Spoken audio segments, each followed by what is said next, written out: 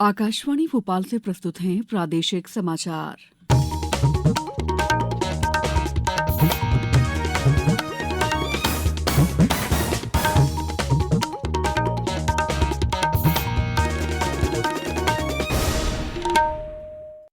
नमस्कार, समाचारों के साथ मैं दीपा सिंह।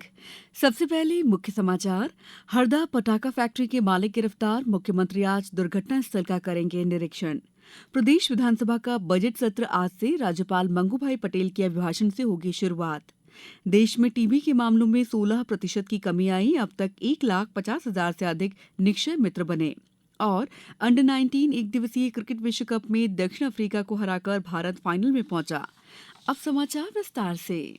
हरदा जिले में पटाखा फैक्ट्री में विस्फोट से अब तक 11 लोगों की मौत हो गई है, जबकि 150 से ज्यादा लोग घायल हैं।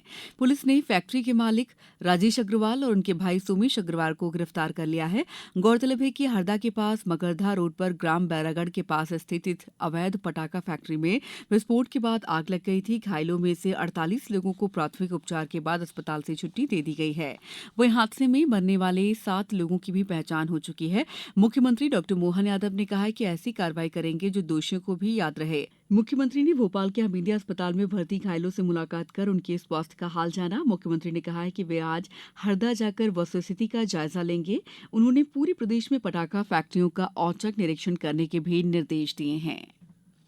प्रदेश विधानसभा का बजट सत्र आज से शुरू हो रहा है। बजट सत्र के पहले दिन आज राज्यपाल मंगूभाई पटेल का अभिभाषण होगा। प्रदेश में भाजपा सरकार बनने के बाद ये सरकार का पहला बजट सत्र है। हालांकि सरकार की ओर से इस सत्र में पूर्ण बजट के स्थान पर अंतरिम बजट पेश किया जाएगा। बजट सत्र का समापन 19 फरवरी को होगा। इस दौरान कुल 9 बैठकें होंगी। विधानसभा सत्र के लिए मुख्यमंत्री डॉ मोहन यादव ने अपने विभागों से संबंधित प्रश्नों के विधानसभा में जवाब देने के लिए 7 मंत्रियों को जिम्मेदारी सौंपी है। एक राष्ट्र एक चुनाव पर गठित उच्च स्तरीय समिति ने देश में एक साथ चुनाव कराने पर नई दिल्ली में 3 राजनीतिक दलों के प्रतिनिधियों के साथ परामर्श किया। मार्क्सवादी भारतीय कम्युनिस्ट पार्टी के सीताराम येचुरी, नीलोत्पल बसु और मुरलीधरन के 3 सदस्यीय प्रतिनिधिमंडल ने समिति से मुलाकात कर इस मुद्दे पर अपना रुख बताया। तृणमूल कांग्रेस के प्रतिनिधि सुदीप बंदोपाध्याय और कल्याण बंदोपाध्याय ने भी एक राष्ट्र एक चुनाव पर पार्टी के बारे में अपने विचार साझा किए, जबकि समाजवादी पार्टी की ओर से के श्रीवास्तव और हरिश्चंद्र सिंह यादव ने मुलाकात की और देश में एक साथ चुनाव कराने पर अपनी पार्टी के रुख से समिति को अवगत कराया।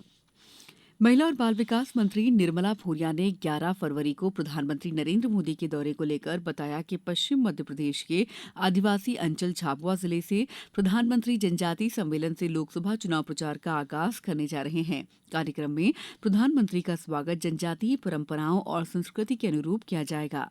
सम्मेलन के माध्यम से मध्य प्रदेश और गुजरात दोनों राज्यों के आदिवासी वर्ग से जुड़ने का प्रयास किया जाएगा।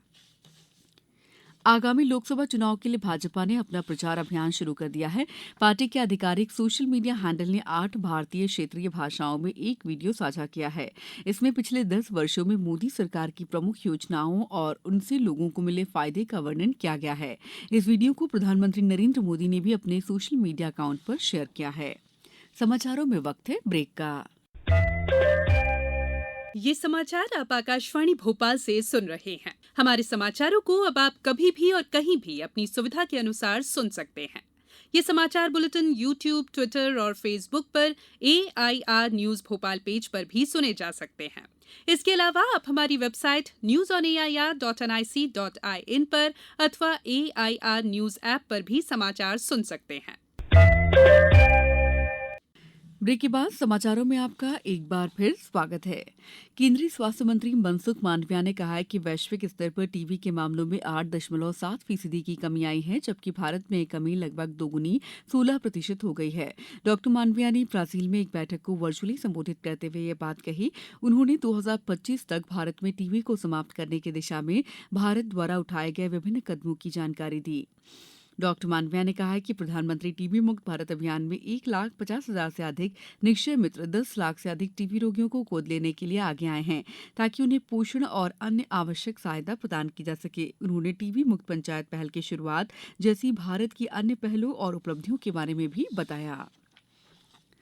चुनाव आयोग ने कल आधिकारिक तौर पर अजित पवार के गुट को राष्ट्रवादी कांग्रेस पार्टी एनसीपी के रूप में मान्यता दे दी और अजित पवार के गुट को पार्टी का चुनाव चिन्ह दे दिया है। आयोग का निर्णय विधायी बहुमत के परीक्षण पर आधारित है। चुनाव आयोग ने अपने आदेश में कहा है कि याचिकाकर्ता अजीत अनंत राव पवार के नेतृत्व वाला गुट राष्ट्रवादी कांग्रेस पार्टी एनसीपी है और वो अपने नाम और पहले से ही आरक्षित प्रतीक चिन्ह का उपयोग करने का हकदार है।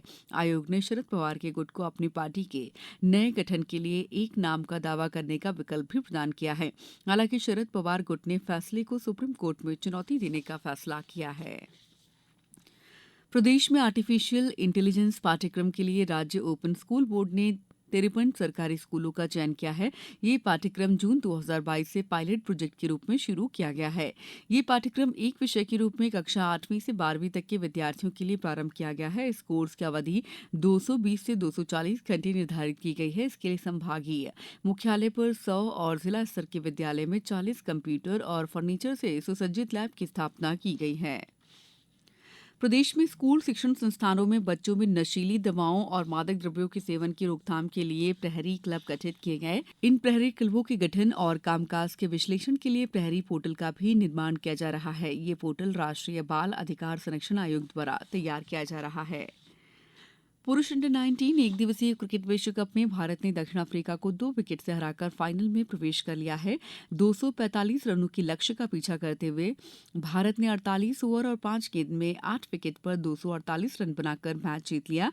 पहली बल्लेबाजी करते हुए दक्षिण अफ्रीका ने निर्धारित 50 ओवर में 7 विकेट पर 244 रन बनाए। भारत पूरे टूर्नामेंट में अब तक अजेय रहा है। अब कुछ समाचार संक्षेप में। सरकार ने सभी कलेक्टर को निर्देश दिए हैं कि 24 घंटे में प्रतिवेदन भेजें कि उनके जिले में संचालित पटाखा फैक्ट्री का संचालन नियम के अनुसार हो रहा है या नहीं। झाबुआ के सिविल अस्पताल थांदला में जल तेल उपचार विधि के साथ चर्म रोग निदान शिविर और कुष्ठ रोकथाम शिविर का आयोजन किया गया जिसमें 40 मरीजों का उपचार किया गया।